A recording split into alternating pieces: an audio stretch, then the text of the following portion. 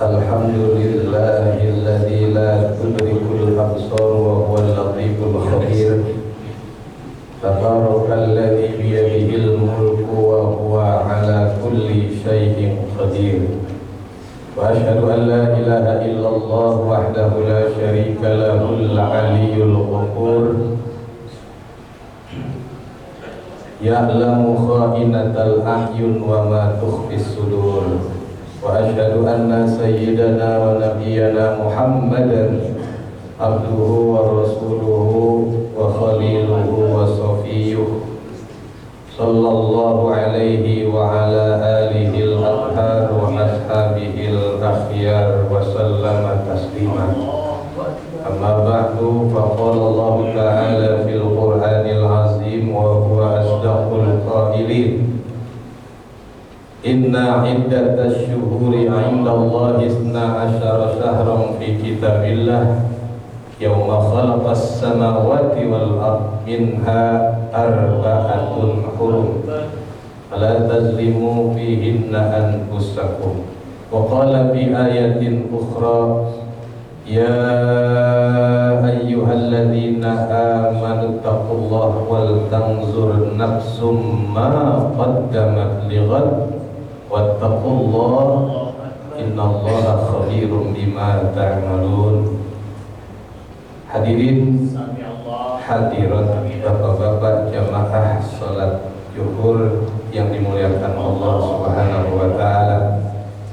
Tiada terasa waktu bergulir hari demi hari, minggu dan bulan serta tahun demi tahun kita lalui. Tibalah kita di akhir tahun baru Islam, yaitu ditandai dengan berakhirnya bulan Zulhijjah.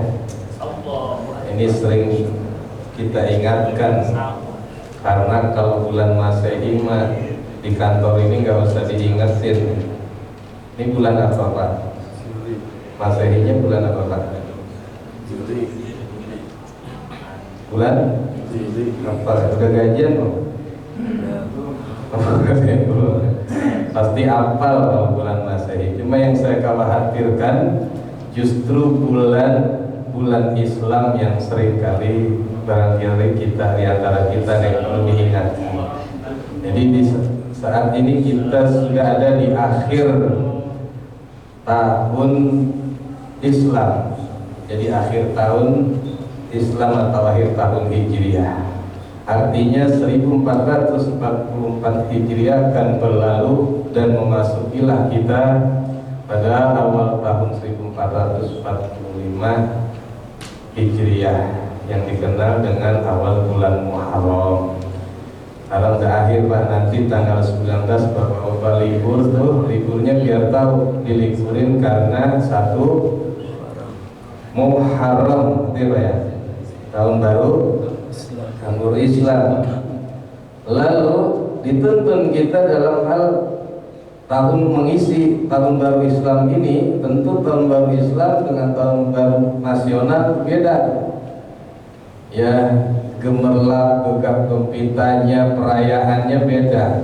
Kenapa? Karena di tahun Islam memang bukan untuk dirayakan, tapi direnungkan, dievaluasi, ditadaburi, diintrospeksi. Itu yang diperintahkan ketika kita memasuki tahun baru Islam. Tentu seraya dengan harapan doa, semoga tahun yang sudah berlalu amal ibadah kita diterima semua, disempurnakan oleh Allah, dan tahun yang akan datang kita dituntun dengan amal ibadah yang lebih baik lagi. Itu bedanya. Kalau tahun nasional minta biar gajinya bagus, ekonominya maju gitu ya. Tapi kalau tahun baru Islam emang kagak disuruh doa biar ekonomi maju, bukan. Tapi bagaimana bekal kita yang semakin dekat menuju Allah, begitu ceritanya. Karena itu di tahun baru Islam dituntun kita oleh ayat surah Al-Hasr ayat 16. Allah nyatakan, ya ayyuhalladzina amanu taqullaha wal tanzur nafsum ma qaddamat lighad Wahai seru sekalian orang-orang yang beriman, ittaqullah, bertakwalah engkau kepada Allah. Wal tanzur, dan seraya hendaklah tanzur nafsu ma qaddamat lighadin, setiap jiwa, setiap manusia hendaklah memperhatikan ma taqaddama min lighad, apa bekal yang akan dia siapkan untuk lighad, hari yang akan datang, hari kemudian.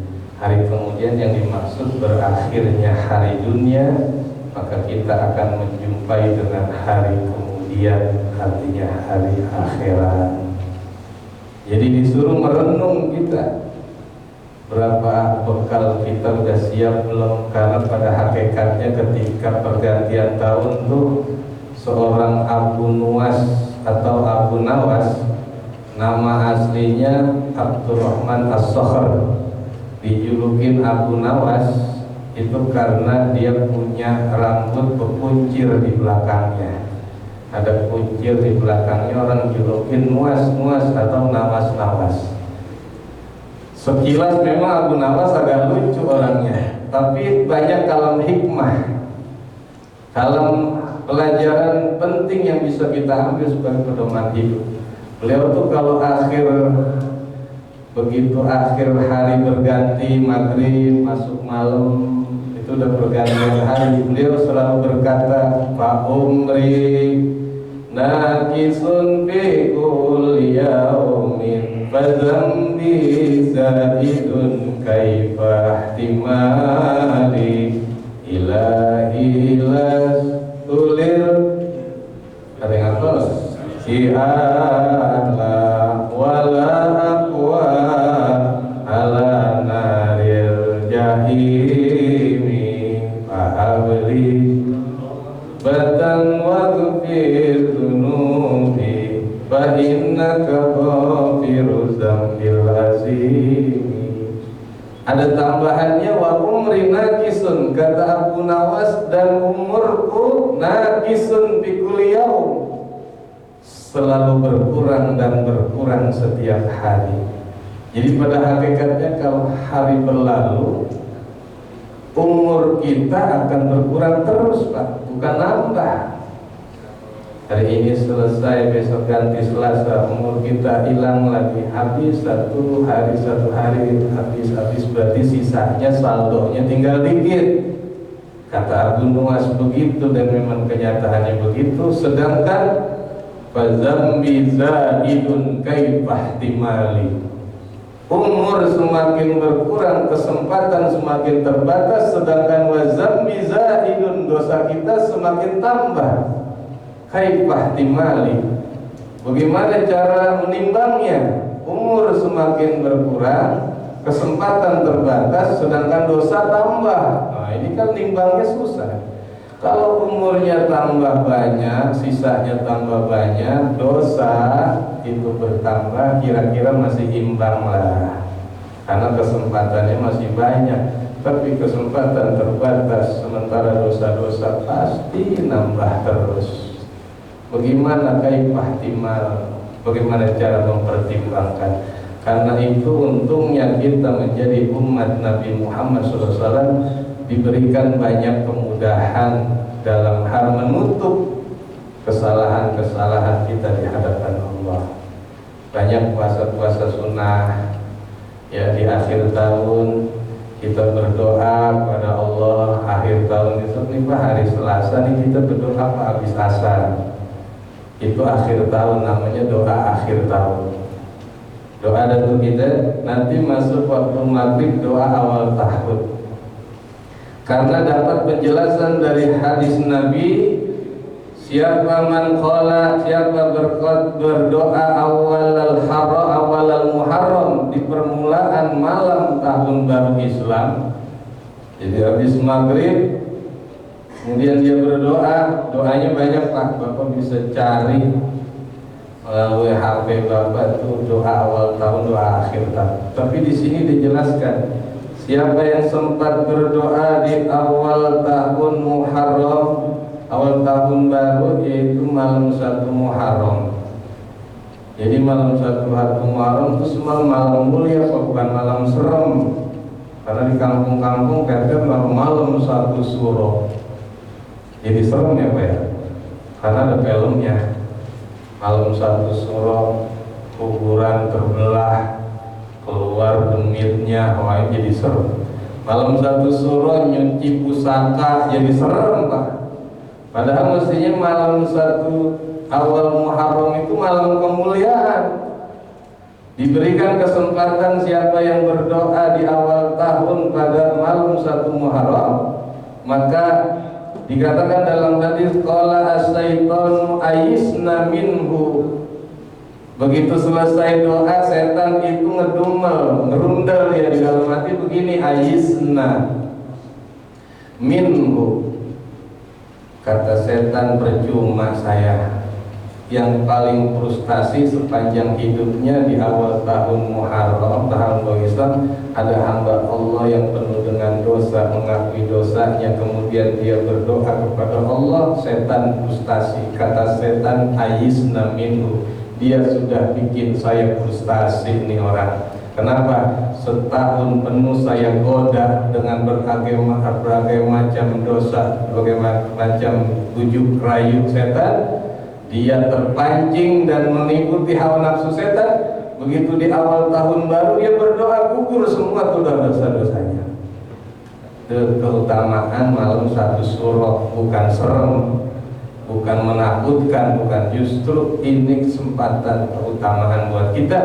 Siapa yang doa awal tahun, maka disuruh doa awal tahun Pak. Mungkin kita hampir hafal doanya, tapi keutamaannya apa? Pertama, wa qala syaitanu ayisna minhu.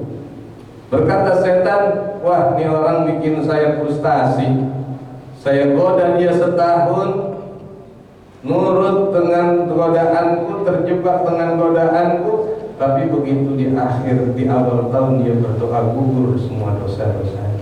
Yang kedua, kata Nabi, wa yuwakkilullahu bihi malakaini yahrisani dzalikas sanah.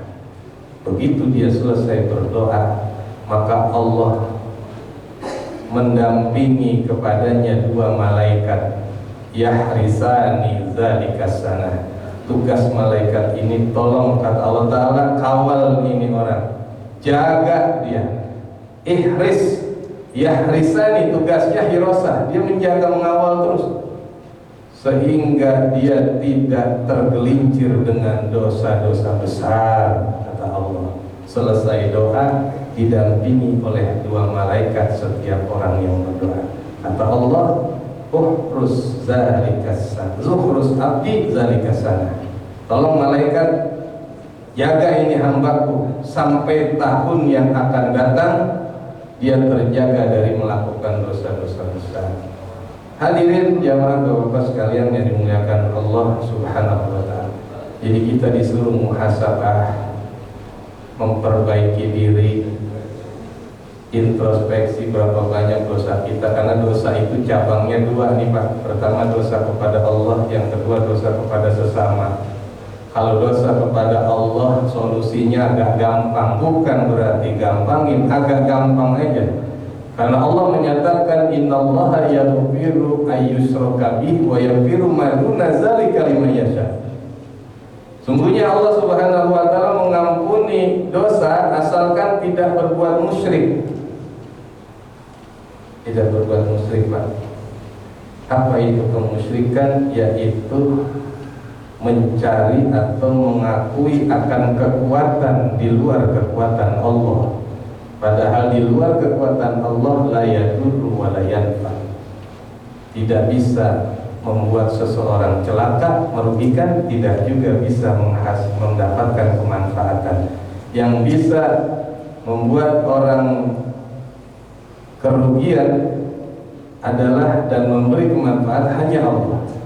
Tapi kalau seseorang percaya akan benda ini bisa membuat manfaat, bisa membuat bahaya, maka menjadi musyriklah dia.